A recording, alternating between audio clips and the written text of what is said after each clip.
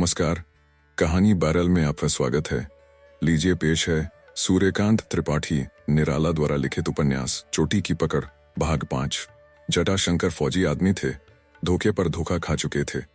ताव आ गया, चाहा कि उठाकर पटक दें, लेकिन संभल गए। कहा, खजांची साहब, हमको यही हुक्म है, आप तो अब वही हैं। सलाम। खजांची ने कहा, रहा हुजूर, निकालने वाले तो हम ही हैं, यह फर्द हमको दे दीजिए। उन्हीं का हुक्म हुजूर, लेकिन उससे न कहिएगा, और आगे वाली कार्रवाई पहले हमसे। यहां भी तो एक कुंजी रहती है। हाँ हाँ ठीक है, यह लो। खजांची ने बीजक दे दिया।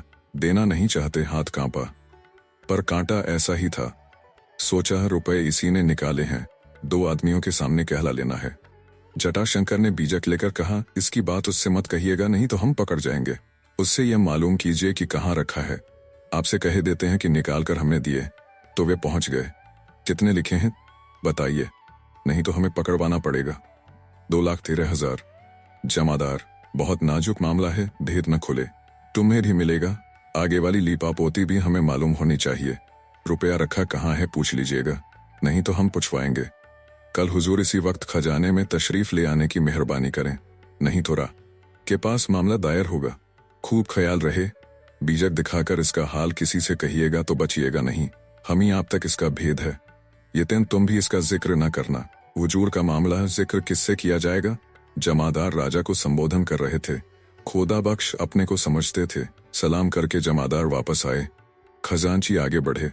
पीपल के चबतूरे पर मुन्ना बैठी थी। देखकर मुस्कुराती हुई सामने आई। कितनी है? होंठ रंग कर पूछा। 5 लाख। खजांची ने छूटते ही कहा। मुन्ना ने अंक मन में दोहराए, तो जल्द बिल तैयार हो जाना चाहिए। राजा साहब के दस्तखत बनाकर अकाउंटेंट के पास पहुंचा दिया जाना चाहिए। खजांची मन में कुढ़ा। सोचा, इस बेवकूफ को कौन समझाए। 2-2, 2.5 लाख रुपए ज्यादा रुपए होने पर छिपा रखने के सिवा सीधे रास्ते से हजम नहीं किए जा सकते। वे राजा की निगाह पर आएंगे। बिल जाली बना लिया जा सकता है, पर खर्च का मेमो राजा की नजर से गुजरेगा। इम्प्रेस्ड का रुपया एक साथ मेमो बनकर निकलता है। घर के खर्च के लिए उससे 1,500 साल 6 महीने में निकाल लिया जा सकता है। उसके बिल सही होकर अकाउंटेंट के पास भेजे जाते हैं तो कैश लेजर कर लिया जाता है। उसका अलग से मेमो में उल्लेख नहीं आता। खुलकर खजांची ने कहा, अच्छी बात है। फिर पूछा, रुपए रानी साहिबा के पास पहुंच गए? उसी वक्त स्वर को मुलायम करके मुन्ना ने कहा, नहीं तो रखे कहाँ जाएंगे? बिल बनाकर अकाउंटेंट के पास भेजने के लिए क्या रानी साहिबा ने हुक्म दिया है? हमसे सवाल करने की क्या मानी? हम जैसा सुनते हैं वैसा कहते हैं। अच्छा, तो उसी तरह बिल भेज देंगे। खजांची को अंधेरा दिखा। वह रास्ता काट कर चले। मुन्ना को जान पड़ा, कुछ बिगड़ गया, कुछ अप्रतिभ हुई, मगर फिर चेतन होकर कहा, आप इतना नहीं समझते, जब लोहे के संदूक से नोट गायब हो सकते हैं, तब बाकी कार्रवाई भी हो सकती है। कैसे? जैसे आपसे कुंजी ली गई, वैसे ही मेमो पर राजा के दस्तखत करा लिए जाएंगे, और 5 लाख रुपए की एक खर्च पर जहां 5 लाख की चोरी होती है, वहां 1 लाख की कम से कम रिश्वत होगी। और इस रकम से काम न हो, ऐसा काम अभी संसार में नहीं रचा गया। यह तो हम समझे, लेकिन मेमो पर राजा के दस्तखत कैसे होंगे? मेमो क्या है? जिस पर बिल के रुपए लिखे जाते हैं। राजा की सही हो जाने पर ये रुपए दर्ज कर दिए जाएंगे। खजांची खुश हो गए। कहा, हाँ ऐसा हो सकता है, लेकिन वहां भी लगाव होगा। राजा रानी का भी है। लगाव सबसे है जो उनका काम करेंगे, उन पर वे मेहरबान रहेंगी। अच्छी बात है। अब कुल कार्रवाई कर ली जाएगी, लेकिन अकाउंटेंट समझ जाएंगे। कौन समझेगा, कौन नहीं, इसकी चिंता व्यर्थ है। यह भी ठीक, हमें क्या मालूम कौन कौन नेक नजर पर है। मुन्ना खजांची की नुकीली दाढ़ी देखती रही। खजांची ने खुश होकर रास्ता पकड़ा। यूसुफ के पीछे 3 आदमी लगाए गए। होटल में यूसुफ ने कलकत्ते के एक मित्र का पता लिखाया था। रात को प्रभाकर अपने मित्रों की तलाश में बाजार में गए। पालकी के अंदर बैठे रहे। पालकी के दरवाजे बंद। दिलावर ने साथियों के साथ यूसुफ का पता ला दिया। बाजार के लोगों पर राजा के लोगों का प्रभाव था। जिस कमरे में सामान था, उसमें प्रभाकर के साथी नहीं मिले। प्रभाकर लौटे। अतिथिशाला के कमरे में आकर पूछा, बाजार में रहने के कितने होटल हैं? दिलावर ने कहा, सिर्फ 3 और कोई रहने की जगह है, और रंडियों के मकान हैं। निश्चय करके प्रभाकर ने पूछा, क्या नाम इस आदमी ने लिखाया है? शेख नजीर। कलकत्ते का पता दिलावर ने लिखा लिया था। प्रभाकर ने कहा, सावधानी से इस आदमी का पीछा किया जाना जरूरी है। वहां 3 आदमी जाएं। एक पहले ही उस पते पर पहुंचे। साथ वकील और पुलिस का अच्छा आदमी, कम से कम इंस्पेक्टर होना चाहिए। हम चिट्ठी देंगे, वकील आदमी ले लेगा। इस पते का आदमी अगर यह नहीं तो वह मिलेगा। इसके पहुंचने के पहले वहां पहुंचना चाहिए। यह भी बात को वहां जाएगा और यह कहेगा कि वह स्वीकार कर ले कि वह यहाँ आया। तुम समझे? हाँ, लेकिन यह अगर कहकर आया होगा तो सबका सब गुड़गुबर हो जाएगा। बड़ा नीचा देखना होगा। वह इसी का नाम बतलाएगा या नहीं मिलेगा। यह सरकारी आदमी है, वह भी होगा। इस तरह ना बनेगा। अभी आप कच्चे हैं बाबू। हम होटल वाले से कह आए हैं। कल वह इनसे इनके एक रिश्तेदार का नाम पूछेगा। अपने मन से पूछेगा, जैसे साले का नाम या मामू का या मौसी का। इन्हें जवाब देना होगा। अगर जवाब न दिया तो कहा जाएगा कि ये राजा के सुपुर्द किए जाएंगे, ये गलत नाम बतलाएंगे। इस तरह यहीं गवाही पक्की हो जाएगी। फिर कलकत्ते का हाल हम मालूम कर लेंगे। राजा भी सरकार के हैं। अगर इन्होंने बात न मानी तो इनसे इतने सवाल किए जाएंगे कि होश फाख्ता हो जाएंगे। दिलावर की बातों से प्रभाकर को खुशी हुई। सिर झुका लिया। कहा, आप लोगों से बहुत सीखना बाकी है। मन में कहा, काम उस तरह भी पक्का था, झूठ से कहाँ बचाव है। बाबू, आपकी शराफत के हम कायल हो गए। आप हमें अपने आदमी मालूम होते हैं। हम ही आपके साथ रहेंगे। छोटी सी तनख्वाह में ऐसी गिरह लगानी पड़ती है, नहीं तो लोग बिना शहद लगाए राजा को चाट जाए। अब आप आराम कीजिए।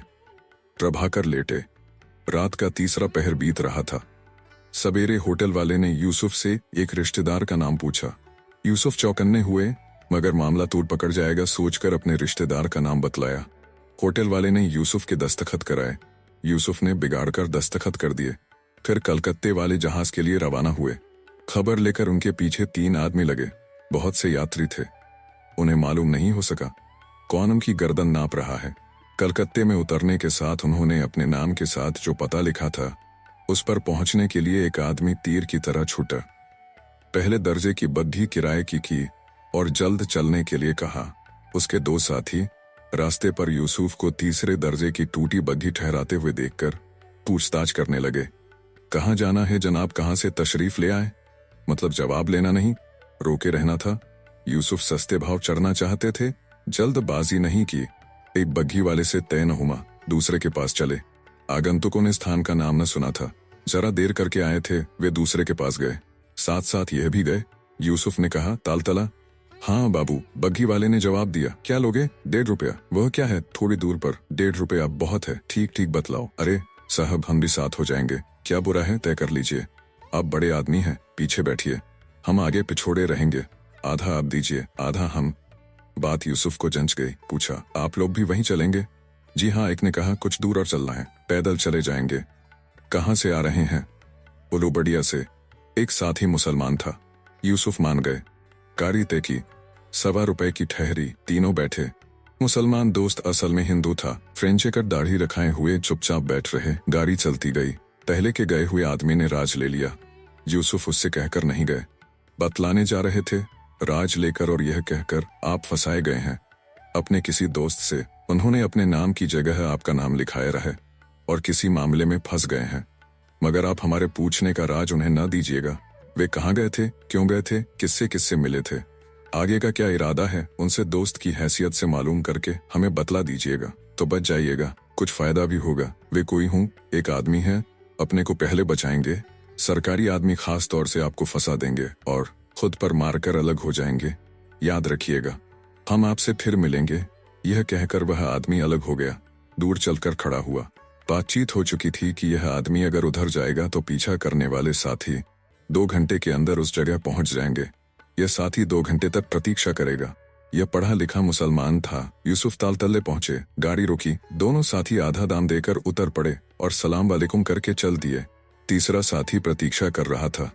तपाक से मिला। पूछा, वह कहाँ है? साथ आया है। एक ने कहा, राज मिल गया, फंस जाएगा, अब इसको कौन छोड़ता है, यहाँ जड़ जमानी पड़ेगी। एक ने पूछा, मानी बात है? उस मुसलमान साथी ने कहा, गुंजाइश है बहुत। पहे वाले ने कहा, तुम्हारी किस्मत खुल गई, मुमकिन गहरी रकम हाथ आए। भाई नजीर। यूसुफ ने पुकारा। नजीर बैठे थे, अभी ही फुर्सत मिली थी, सोच रहे थे। कहने वाले आदमी की बात पक्की मालूम हो रही थी। घबराए भी थे, करीब थे। यूसुफ की दोस्ती से फायदा न हुआ था। कटने की ठान ली। आवाज पहचान कर उठे। दिल से नफरत थी मगर मुस्कुराहट से होंठ रंग लिए। थानेदार की निगाह से निगाह भी नीची रखी। अस्सलाम वालेकुम। वालेकुम अस्सलाम। भाई, तुम्हारा नाम एक जगह लिखाया है। किस जगह? तुम पुलिस से राज लेने लगे। क्या हमसे पूछा गया? यह बातचीत तो पहले हो चुकी है। इसका यह मतलब नहीं कि हम खुदा के लिए मुसलमान ना रह जाएं। इस दफे के लिए मान जाओ, आप पूरा पूरा हाल बयान कीजिए, वरना हाँ, वरना आप सरकार से बदला चुका लेंगे। नहीं चुकवा लूंगा। तुम तो बहुत बिगड़े। बात भी कोई बनाई? बात तो बनाई, बातें बनाते हैं। अच्छा तो जो जी में आए कर लो, कहकर थानेदार साहब ने नकली ठहाका लगाया। थानेदार साहब गर्म पड़े।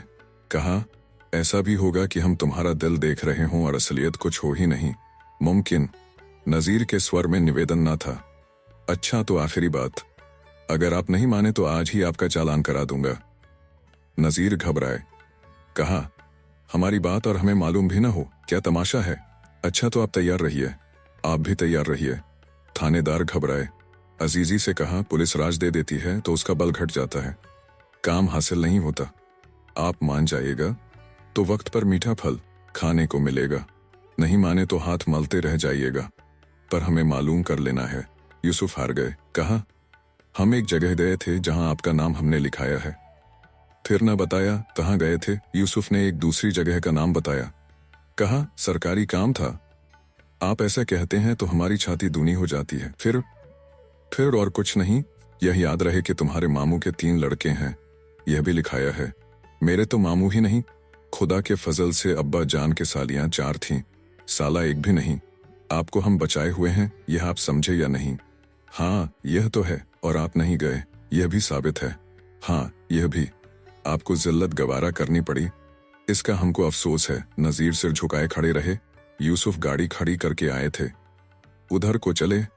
विचार में नजीर को सलाम करने की याद ना रही। गाड़ी तय करके यूसुफ बैठे, गाड़ी चली। कुछ दूर पर एक दूसरी गाड़ी किराए पर ली हुई खड़ी थी, कुछ फासले से पीछे लगी, वह भी चली। यूसुफ के चले जाने पर नजीर के पास वही पहला आदमी गया। बुलाकर पूछा। नजीर ने दीन भाव से कहा कि यूसुफ की उनसे तनातनी हो गई है। उन्होंने बतलाया नहीं, जो कुछ कहा यह वह करके। वह थानेदार हैं, उनसे जान पहचान है, दूर के रिश्ते में आते हैं। आगंतुक ने कहा, आप हमारे आदमी हैं, इन्होंने आपको फंसा दिया है, हम आपको बचा लेंगे, कुछ रुपए भी देंगे बात को काम निकलने पर, और मदद करेंगे। अभी आप एक चिट्ठी लिख दीजिए कि आपका यह नाम है, यह वल्दियत, इतने मामू हैं और इसके इतने लड़के, यह। नजीर ने बात पक्की है सोचा। गरीब थे, रुपए मिल रहे थे। दावत कलम लेकर कुल बातें सामने लिख दी। आगंतुक ने उन्हें 25 रुपए दिए। नजीर हर तरह से उसके आदमी बन गए। यूसुफ का पूरा पूरा हाल आगंतुक को मालूम हो गया। वह कहाँ रहते हैं, उनके वालिद क्या करते हैं, आजकल क्या रुख है, किस कार्रवाई में लगे हैं। आगंतुक वहां से राजा की कोठी आया, उसके साथी भी आए। उन्होंने घर का पता और बाप का नाम मालूम कर लिया था। सामने के पान वाले ने बतलाया था। दोनों जगहों की बातें मिल गईं। लोग खुशी खुशी टहलते रहे। अली को देखा। अली ने पूछताछ शुरू की। लोगों ने कहा, बर्दवान से आए हैं। अली ने पूछा, बर्दवान में सुदेशों का आंदोलन कैसा है? कौन सुदेशी? एक ने पूछा, यही जो सरकार के खिलाफ बमबाजी हो रही है। आप अखबार तो पढ़ते होंगे? हाँ, हमने कहा। दूसरे ने कहा, बम वाले हैं। कौन? अली ने कहा, हमारे साहबजादे थानेदार हैं। तीसरे ने कहा, हमारे मामू के साले के ससुर इंस्पेक्टर हैं। प्रभाकर को जहां रखा है उसी कोठी का पिछला हिस्सा है। दूसरी तरफ बुआ रहती थीं। प्रभाकर के 2 मंजिले की छत दूसरे छोर तक बरगद और पीपल की डालों से छायादार है। भीतर कोठों में अंधेरा, इतना प्रकाश की काम कुल हो। खुली तरफ खिड़की वाला बाग, दूसरे किनारे मर्दों के लिए बड़ा जलाशय, डेहरा मछलियों की खान, किनारे नारियलों की कतार। दूसरी पर आम, जामुन, कटहल, लीची, नारंगी, शहतूत, फालसा, बादाम, रक्तचंदन आदि के पेड़। कहीं कहीं गुलचीनी, गंधराज, अशोक, हींग, अनार, गुलाब जामुन, योजनगंधा। खुली हवादार खिड़कियों के एक बगल पलंग बिछा है, मशहरी लगी है। एक बड़ी मेज लगी है, काठ की मगर अच्छी। कई कुर्सियां चारों ओर से रखी हैं। 2 अलमारियां हैं जिनमें सामान, कपड़े और किताबें हैं। भीतर दूसरी खमसार के रूप बड़ी बैठक है। बत्ती से ही उजाला होता है। वहां प्रभाकर साथियों के साथ काम करता है। बैठक की दूसरी दीवार अकेली है। बड़ी खिड़कियां लगी हैं, खोल दी जाएं तो गुप्त कार्य दिखें, लेकिन पेड़ों की घनी छां है, फिर भी काम चल जाए, दिए जलाने की दिक्कत ना रहे। पर डाल पर चढ़े अजनबी से दिख जाने की शंका। प्रभाकर खिड़कियां बंद रखता है।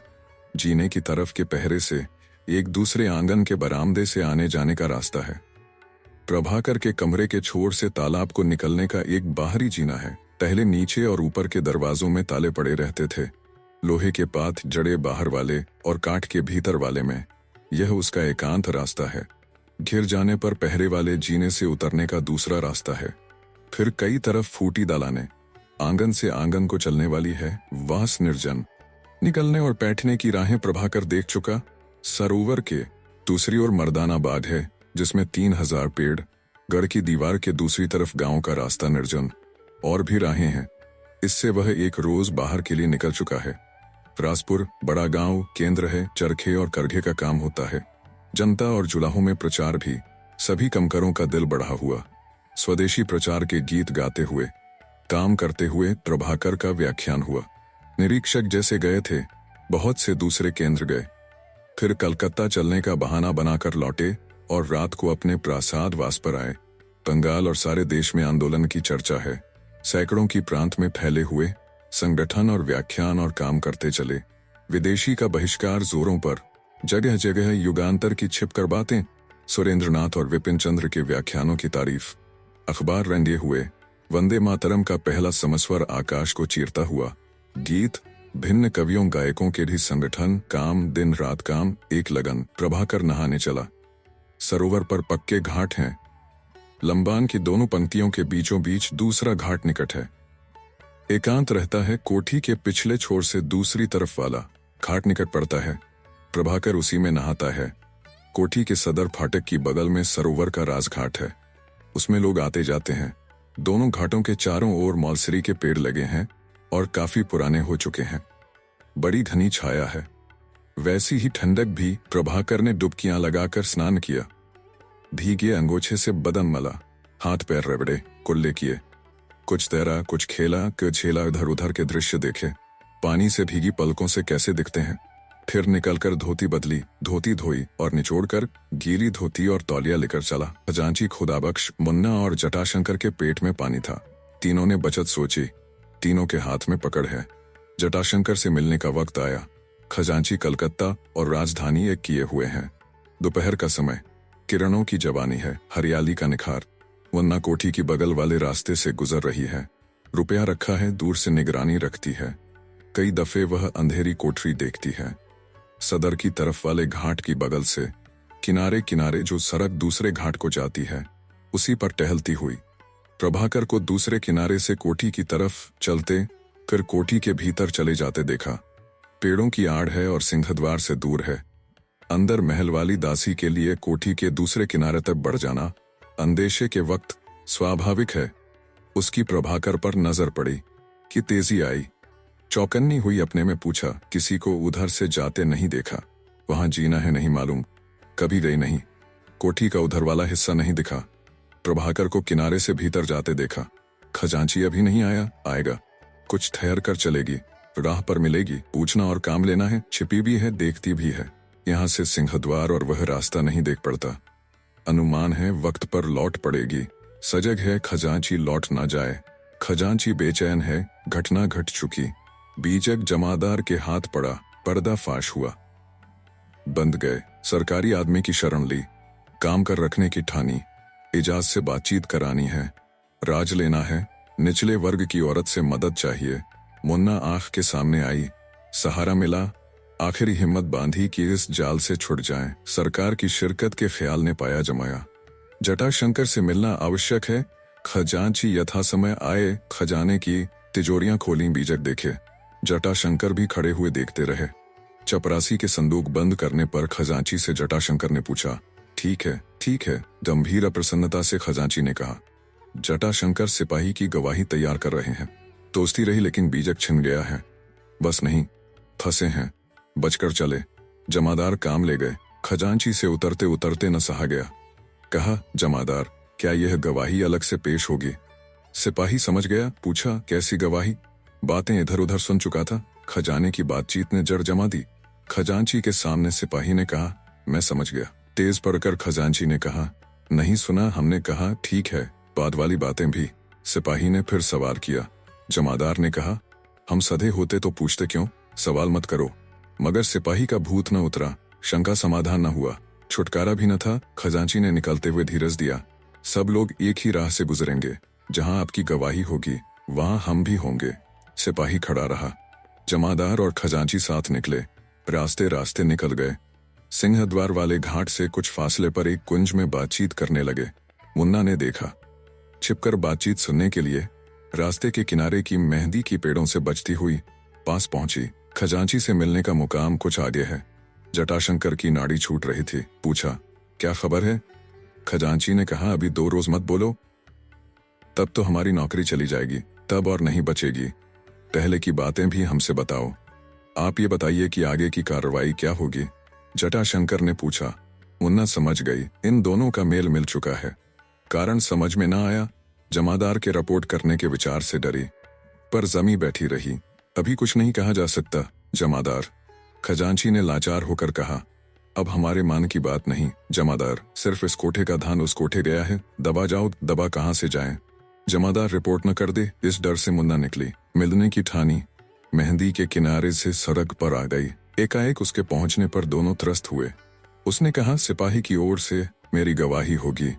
खजांची सकपका गया। जटाशंकर अपने बीजक की ढाल से तलवार झेल जाने को तैयार था।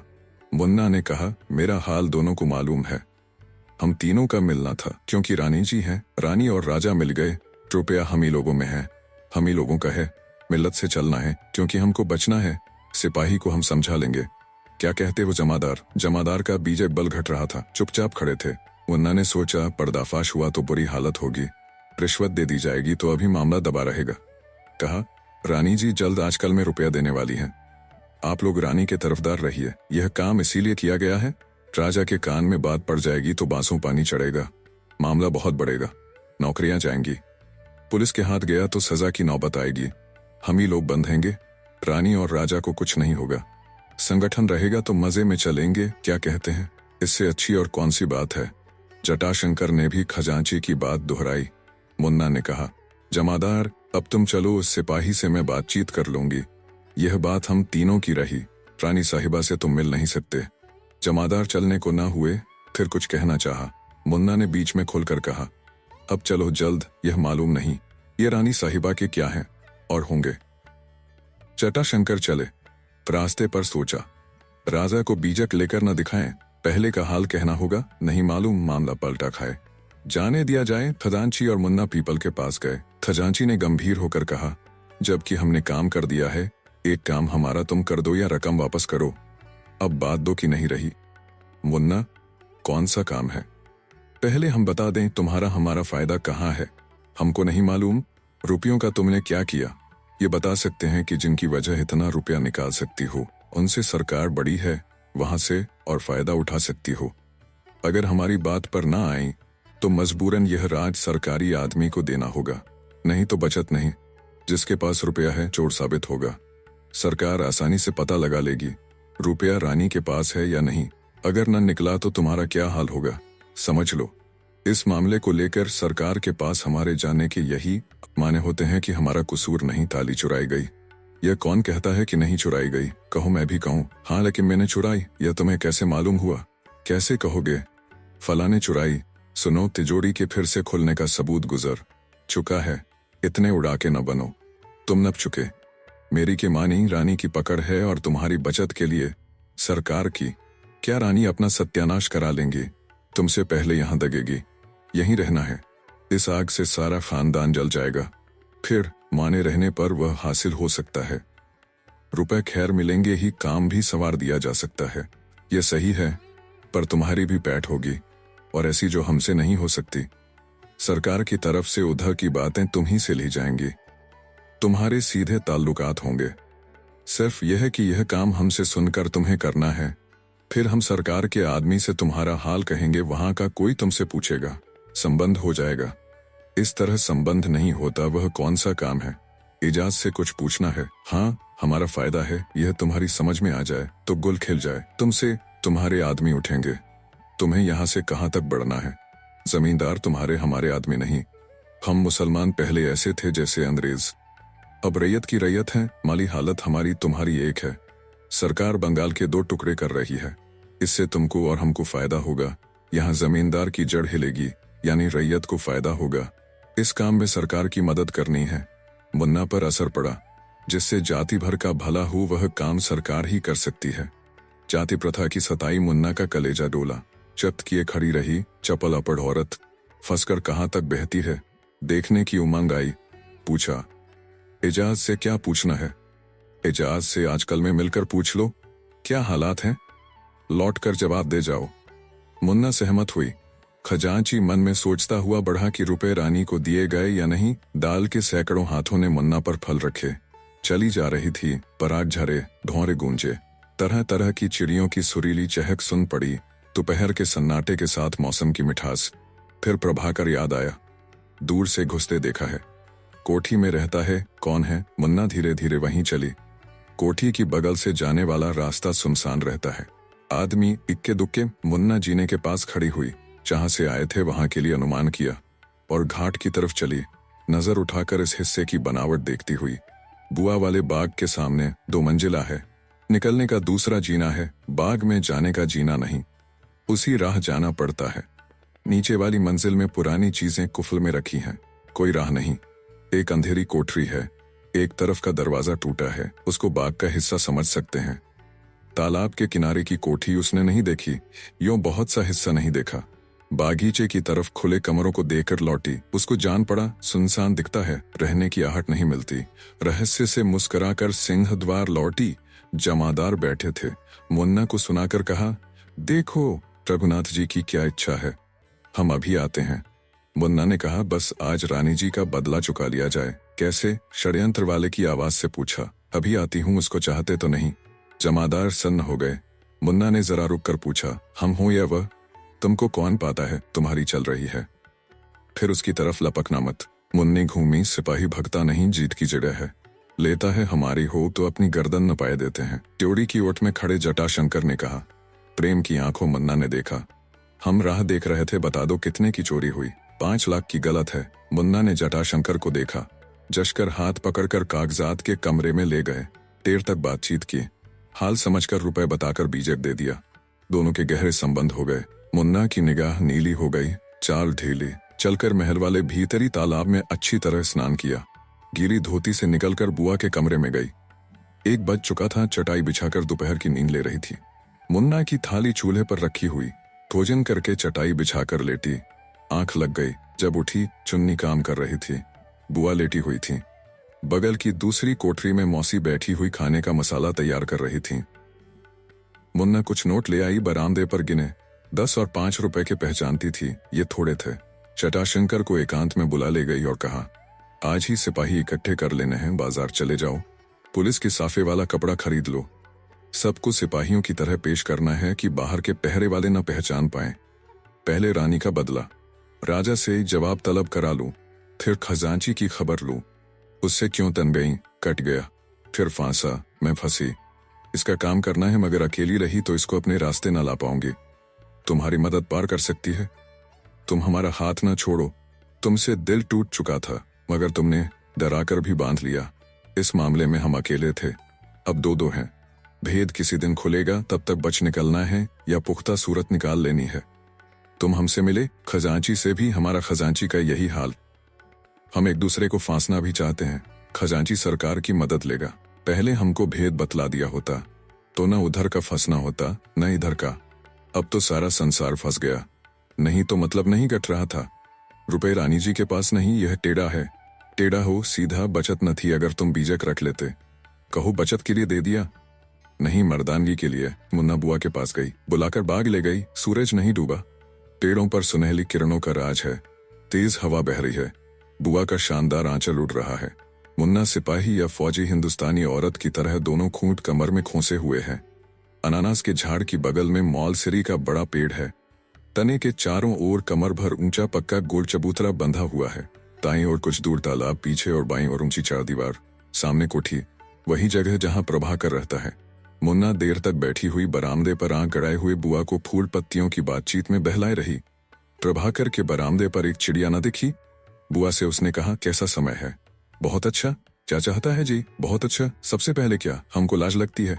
हमरा जी कुछ नहीं चाहता।